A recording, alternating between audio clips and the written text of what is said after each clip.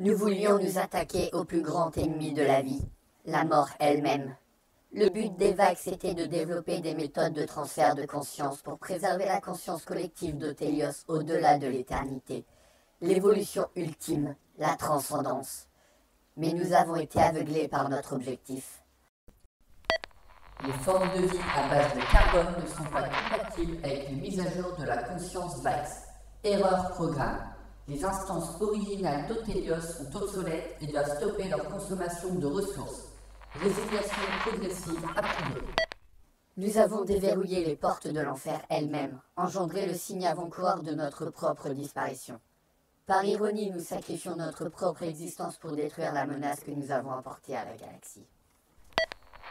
Des copies fragmentées trouvées sur divers sous-systèmes d'Otélios. Décryptage terminé. Compilé. Vax système désormais pleinement opérationnel. Lancez le processus de l'application. Bonjour à tous et bienvenue pour une nouvelle présentation de Faction pour le jeu Fractal. Vous avez écouté un extrait des journaux d'Otélios, Vax, expérience numéro 117, et on va tout de suite plonger dans le gameplay de cette nouvelle faction.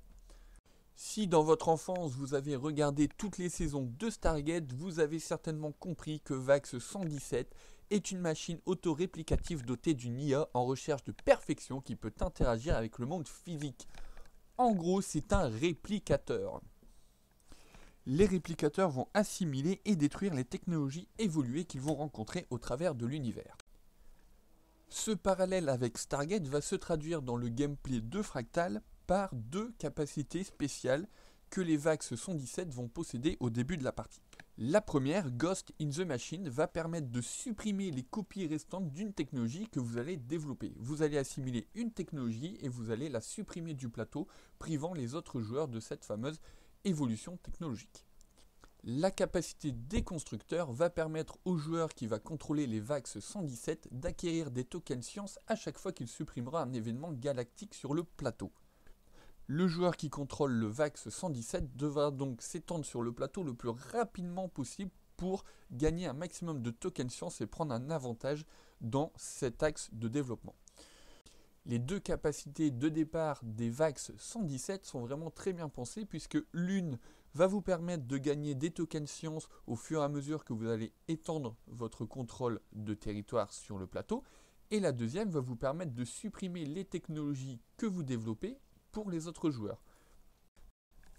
Comme toutes les factions, les Vax 117 possèdent deux philosophies politiques. Ces deux philosophies politiques sont axées sur la recherche des technologies, l'une dans la branche civile, l'autre dans la branche militaire. La première de ces philosophies politiques est la directive centrale.